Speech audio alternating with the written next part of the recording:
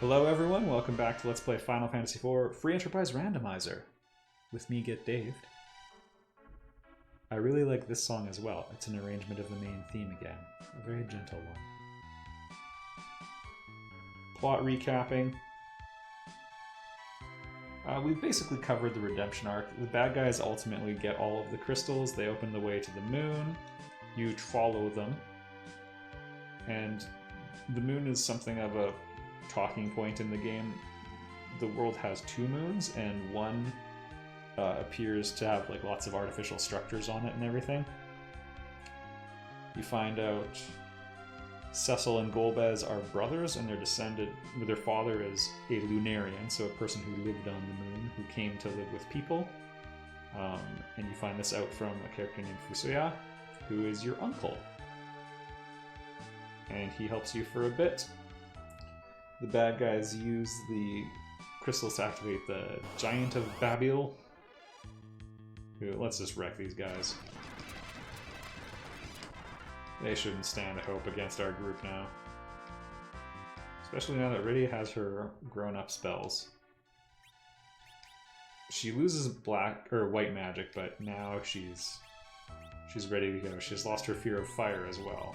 Let's just do a little bit of this. We also have warp, thank goodness.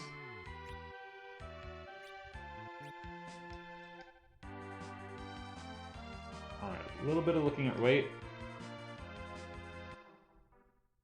We're gonna get some treasures.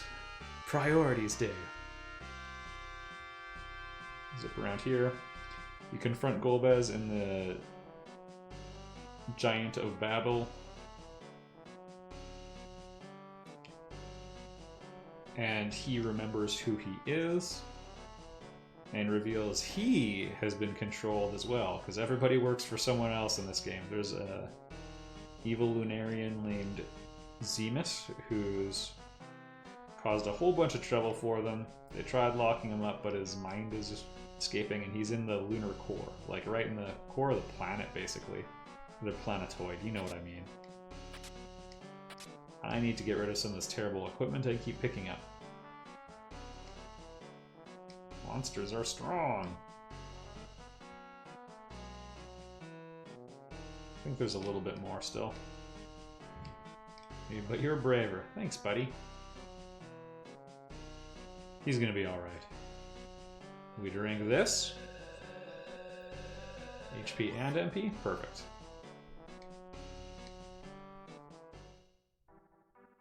Right, we can just fly here though, so we're just gonna backtrack now. Anyway, after finding out who he is, Cecil's shocked that Golbez is his brother. I'm leaving out lots of details, but these are the general beats. Golbez is like, I'm upset I was manipulated. Fusuya, let's go kill Zemus. So Fusuya and Golbez go to the moon to kill Zemus. You follow them. And that leads to the end of the game, which I will not discuss. Left out a part in there, you know how Kain was briefly under the bad guy's control? You actually do get the 8th crystal, and Kain immediately falls back under their control again and betrays you again. He's not a great friend, he's an okay friend. Let's just check out down here ever so briefly, where Kokold, the blacksmith, lives. If we had adamant, we could give it to him and he could make a really, really powerful sword.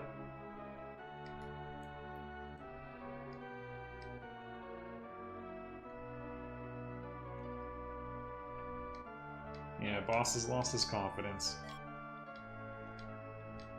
They also make some other pretty good stuff that they sell at the shop, although that's randomized, so they open up the shop once boss has his confidence back.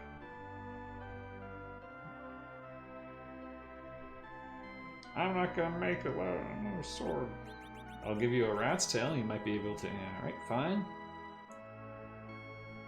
So, if we happen to get adamant, we'll give it to him.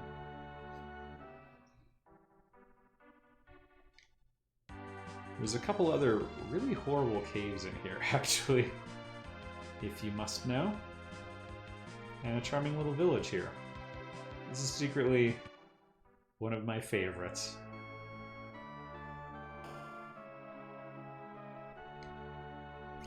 Well, let's see what you got first. Oh, wow! They're selling elixirs. I might regret selling that.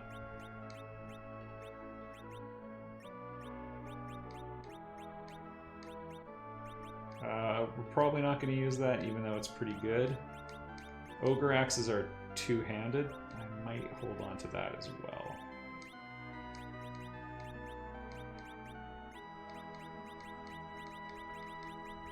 The Earth Hammer, I think we can buy it. I'm also probably, like, the decision's been made on Sid, I think. Like, this is probably going to be my endgame party unless something really crazy happens. She has the samurai bow already. That's too weak. Let's just do a quick equipment check here. Rydia can't use stuff in her other hand.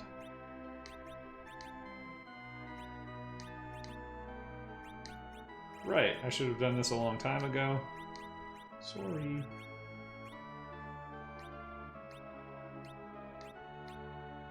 That's weakening her magic, though, so I'm going to hold off on that for a minute. That should be an upgrade over karate. Yeah, that's for yellow belts. The real equipment's for the black belts. She has one ice arrow, we might as well switch her to something slightly better. And Kane, I think, he's good. He's got ridiculously good equipment, honestly.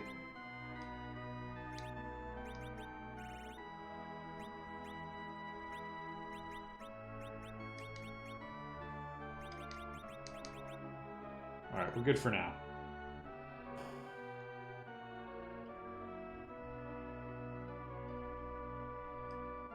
It's hi-ho here. Oh, we found a rival tribe.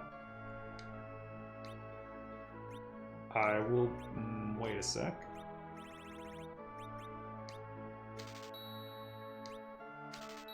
Alright, we're good for arrows for the rest of the game. 2 stacks of 99. I have never enjoyed such a luxury. 99 Artemis arrows. This is pretty great. They are really powerful. Some other arrows, you know, like poison arrows, poison, ice have the elemental stuff, although I'm honestly pretty split on elemental arrows and weapons. At least, you don't want to have too many. You don't want to lose track of them. Forget if I have a crystal shield. I think I have had several. Nope.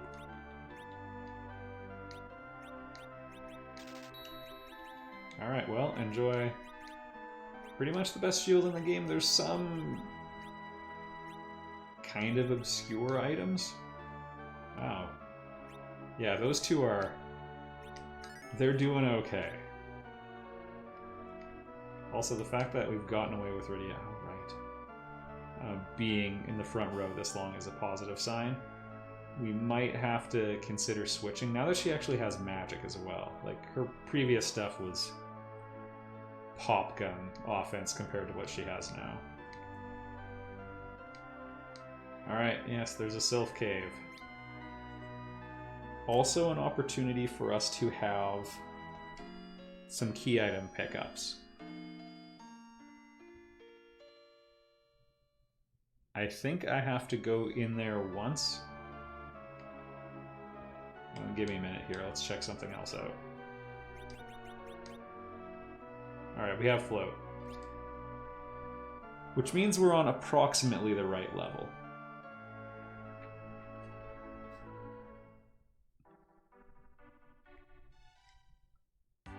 I think I'm gonna do this plot cave. I'm gonna get a advancement item from there. There's other places we could go. Could do there. Could do here. And we could do the Tower of Babel.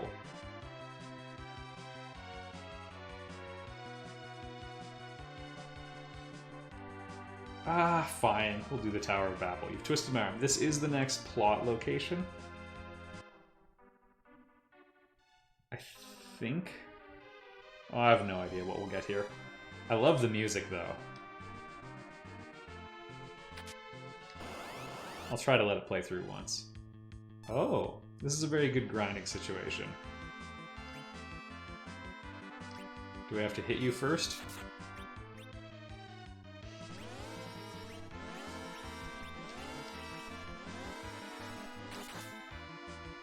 Oh, we might have unloaded too much firepower.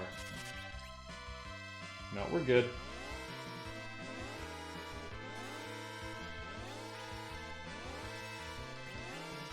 So I wonder if Rydia's going to do absurd damage here. No. Did paralyze the enemy, though. I do not mind having whips in use. Cool. 4,000. The Lunar Staff, I think we already have. Yeah. I should try using that in combat. It might cast Comet. This is as good an opportunity as any. On that subject, does using this do anything? No? Using this does. Casts Holy, or White as it's called in this one. I think they were still a little apprehensive about Holy because it is slightly religious sounding. It's more of a concept, but they opted to add one more letter, so it's not some character efficiency thing. It's not like why Meteor is called Meteo.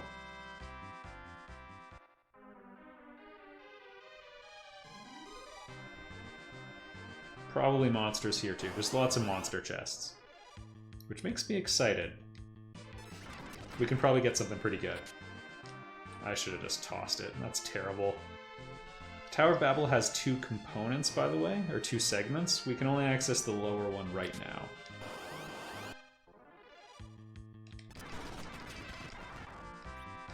I don't know if the Silence Rod's any better.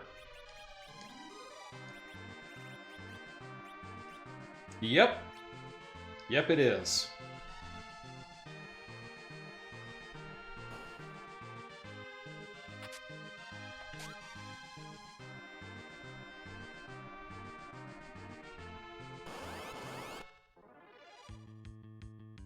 We have the Ice Brand, right?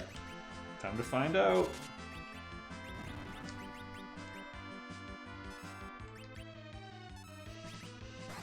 Okay, we should be good. No, it didn't have as much power as I hoped for. You can see just how powerful elemental attacks when you match them up are in this game. Again, for like an archer, I'm usually a little hesitant to bother matching that up. Oh my goodness. Quadruple. We're just printing experience points with a fight like that. Also, that was random? Okay, I want to check here. This looks like it might be a room? Yeah. I guess. They do have an attack that can hit everyone.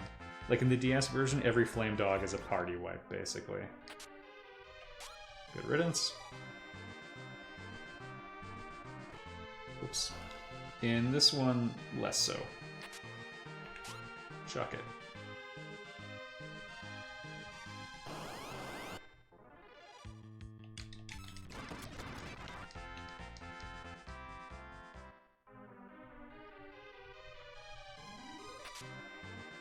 Ah, money. I might buy another set of Dragoon armor, just to make Kane happy. It is technically his endgame stuff. He is the Dragoon.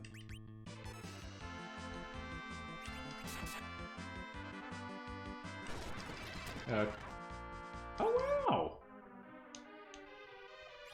So, for Rydia's advanced summons, you don't acquire them by beating the bosses in this game because the bosses are super randomized. So we just got one there. Not that Sylph's super great, but you know, we could potentially get one called Bahamut, which I think is alright. Tofu, my arch nemesis. Gotta be a little careful. That Chimera has an attack that could be dangerous to some of my characters. As it stands, you know what? Let's try Titan out.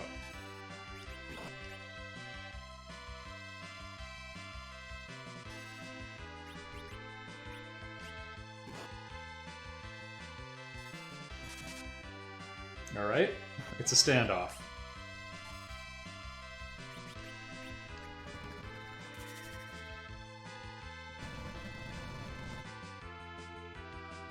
There we go. She's starting to get to the offensive power we look forward to. Yeah, sure. Silver stuff's valuable. Being that it's made out of silver. Although in a lot of games, they rebrand it as mithril. Which is like mid-game stuff. We're gonna try toughing it out from the back row. Yeah. I'm a details guy. I hold down the fast forward button and I mash. Comment section, let me know if I missed something there. Alright. We're close enough to full power. Could possibly heal up, but I'd rather get caught unprepared by a boss who could be anyone. On Rydia, okay, 2 floats, that's nice. On Rydia's level ups, I'm kind of watching to see what sort of magic she gets. You can see Porum, it seems, has a fair bit more kick coming out of hers. Will's 60, oh my goodness. Yeah, because she has equipment promoting her magic stat rather than weakening it, her healing's quite strong.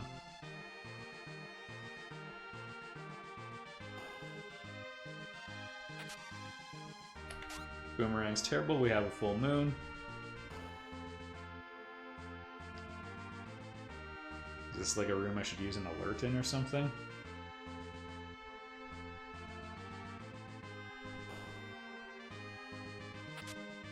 Yeah, Fire Sword's pretty valuable. A few thousand.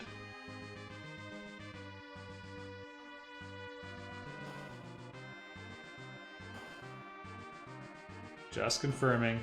Blacked out for a little bit there. Yeah, we're good. Alright. The fact that the staircases and the doors look the same, it makes it a little harder. I was trying to let you hear the music. Also, I love the 60% encounter rate. Also, I have the endgame. I love the endgame equipment I'm fighting with.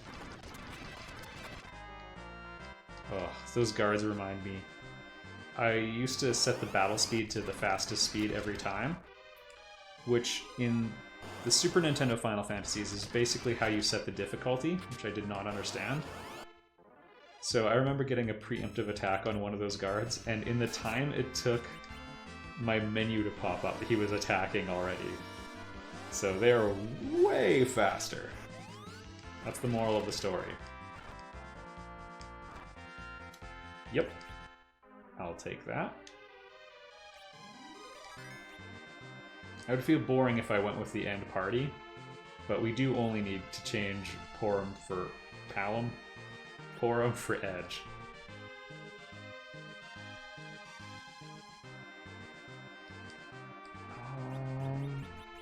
Yeah, I have the tower key.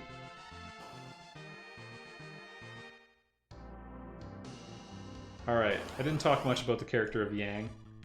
Oh wow, and he's the boss here. That's kind of ironic.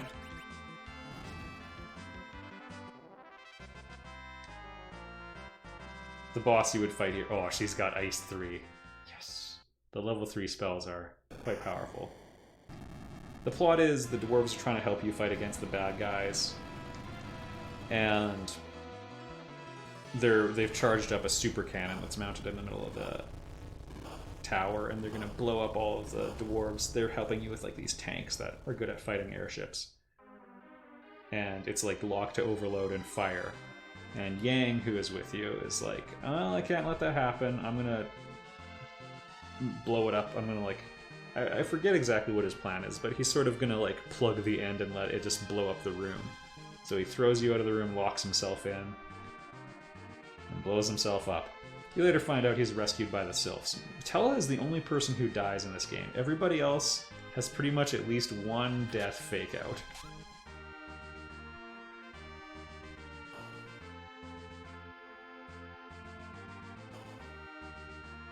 Yeah, it's kind of lame. I feel like they all should have died. Would have given the story more heft, and they tease you.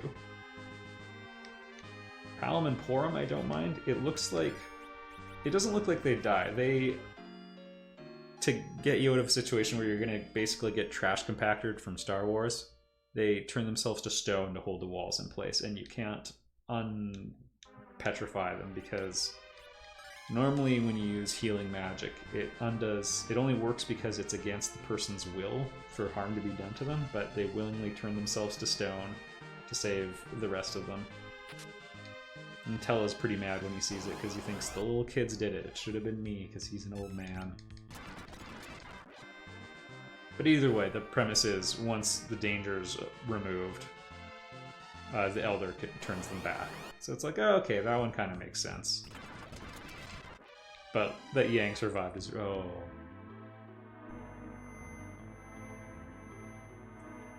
This could be interesting. Also, I think it looks like a little Enterprise, the platform we're standing on. Normally this is sort of a... I hesitate to call it a joke boss, but Dr. Luge isn't that easy to take seriously.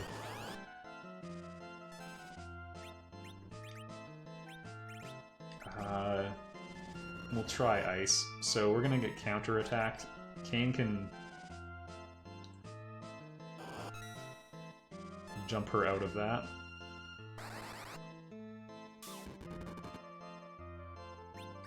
I'm just gonna hold on for a minute. So that's slow petrify going on right now. There we go.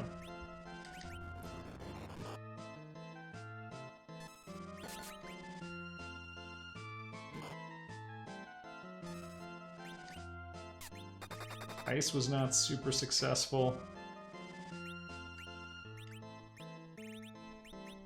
I doubt lightning will work, but I'll try it. I really doubt any earth-based stuff will work, so that's why I'm not bothering with Titan. Boom. Yeah.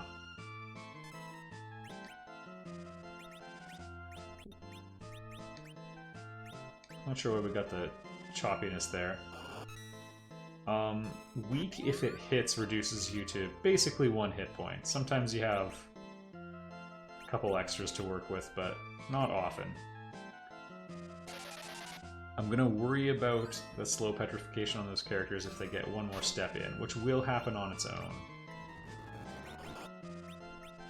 Try Virus? Alright. Do it, Cecil. She doesn't seem to have a ton of offense, which is good. Taking a punishment, though.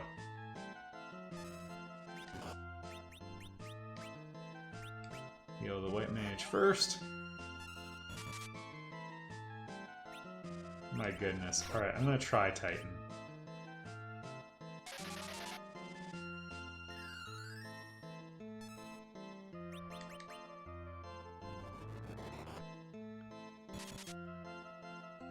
Defenses are up now.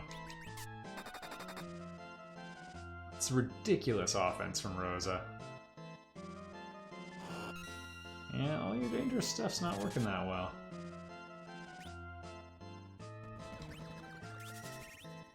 Until we have Holy, we're just not going to have much offense from Porum. Okay, Titan actually hit.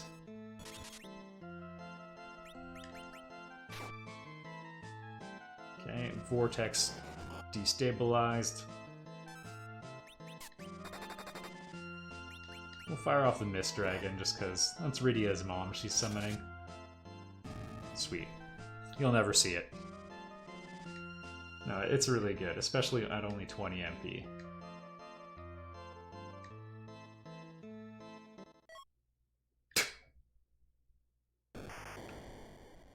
Yay!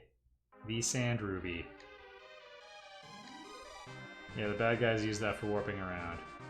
So that's where you would normally find out that, they're gonna use the cannon to blow up the dwarves. And... Please? Alright. Wait.